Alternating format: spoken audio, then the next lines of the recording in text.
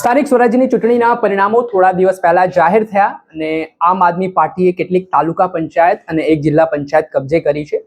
ત્યારે જે ખાસ કરીને ફોકસ આમ આદમી પાર્ટીનો સૌથી વધારે જે વિસ્તાર પર રહ્યો એ દક્ષિણ ગુજરાત અને સુરત મહાનગરપાલિકા હતી, જેમાં ધારાસભ્ય ગોપાલ ઇટાલિયા ખુદ પ્રચાર પ્રસારમાં હતા। તેમણે એડી ચોટીનો જોર એ વિસ્તારમાં લગાવ્યો, રોડ શો કર્યા, સભાઓ કરી, પરંતુ જેવું પરિણામ મળવું જોઈએ તેવું પરિણામ મળ્યું નથી તેવું કહી શકાય। કેમ કે ગત વખતે વિપક્ષમાં આમ આદમી પાર્ટી હતી ને આ વખતે વિપક્ષથી પણ જનતાએ બહાર કર્યું છે। તો ધારાસભ્ય ગોપાલ ઇટાલિયાથી પૂછીએ કે શું કારણો હોઈ શકે, કેમ જનતાએ તેમને જનાદેશ નથી આપ્યો।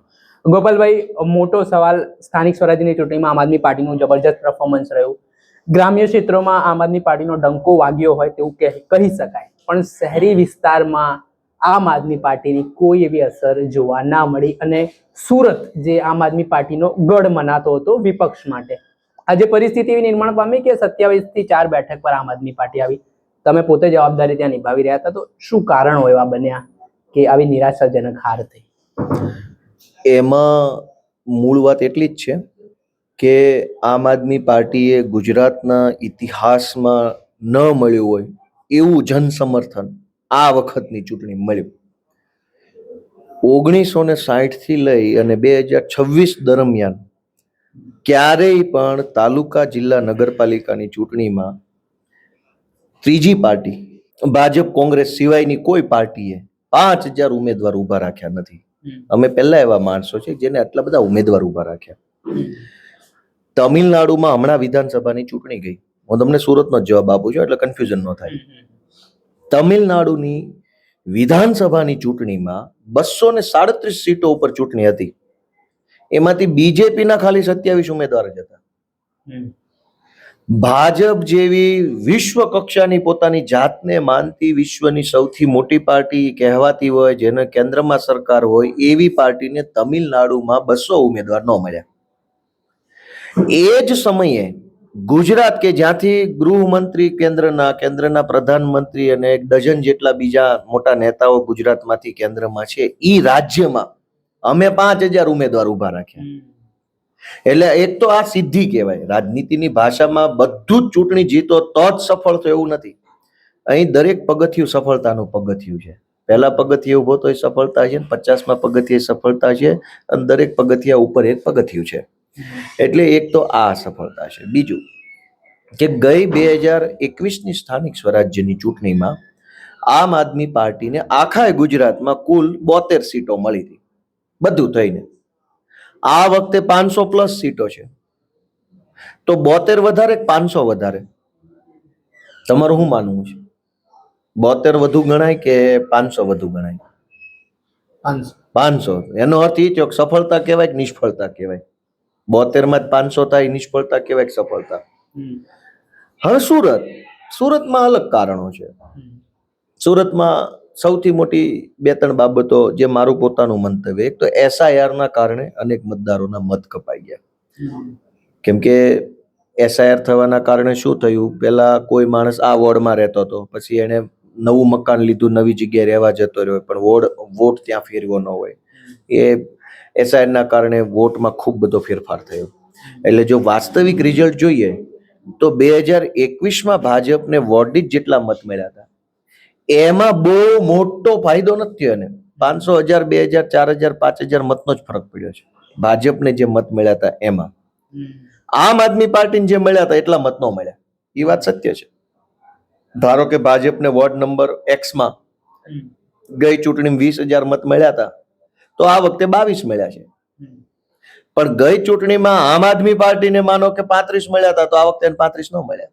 શું કામ? તો કે વોટિંગ લિસ્ટના કારણે અનેક લોકોએ ગામડે પોતાનું મતદાન ફેરવી નાખ્યું। કેમ કે સુરતમાં તો સૌરાષ્ટ્રથી લોકો રહે છે, તો એને ગામડે પોતાનું મતદાન કરાવી નાખ્યું, કોઈ વોર્ડ બીજામાં કરાવી નાખ્યું। કેટલાક લોકો મત દેવા ન ગયા। અમે અમારા સંગઠનની ટીમની તાકાત લગાવી કે જેટલું વોટિંગ કરાવી શકીએ જનતા પાસે એટલું કરાયું, પણ વોટની સંખ્યા ઘટી ઇન શોર્ટ। એમાં બીજું કઈ કોઈ નિષ્ફળ થઈ ગયા ને આમ આદમી પાર્ટી લોકો થાકી ગયા ને એવું કઈ છે નહીં।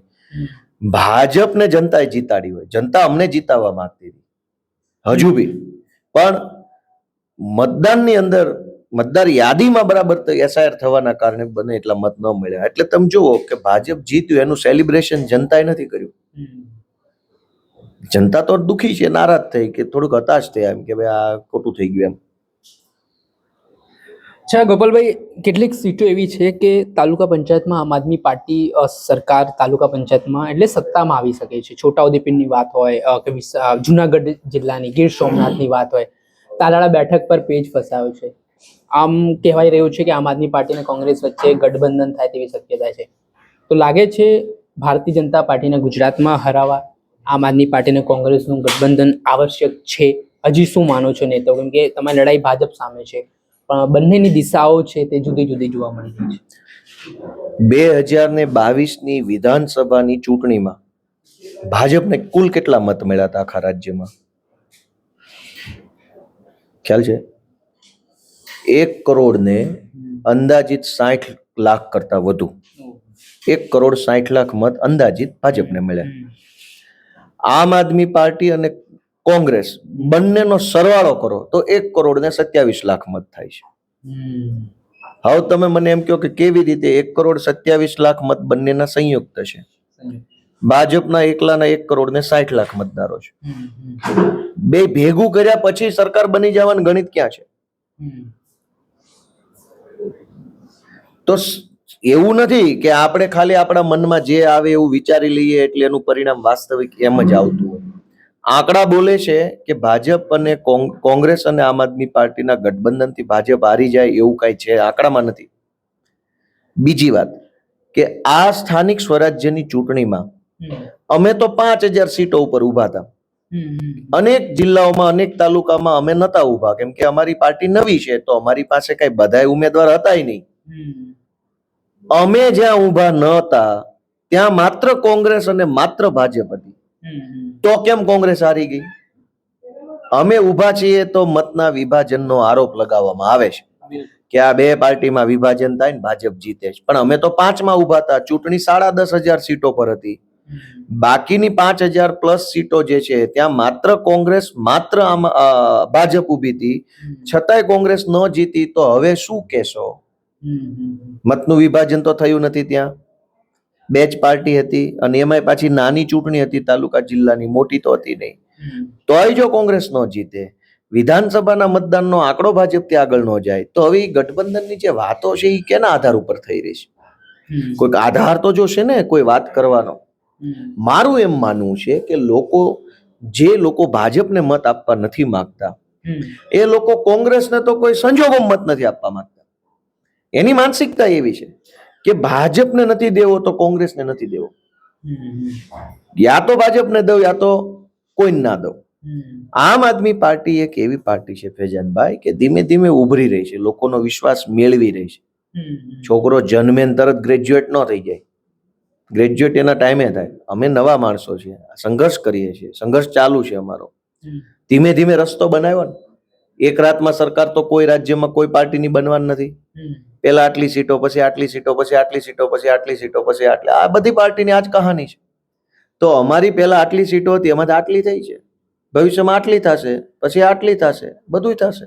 પણ ગોપાલભાઈ, વાત રહી સંગઠનની કે કોંગ્રેસ પાસે સંગઠન છે, ભારતીય જનતા પાર્ટી પાસે સંગઠન છે. હવે તમે કહો છો કે જનતા મત આપીને સરકાર બનાવતી હોય છે, લોકોનો અવાજ જનતા પાર્ટી, કોઈ પણ પાર્ટીને જનતા લાવતી હોય છે.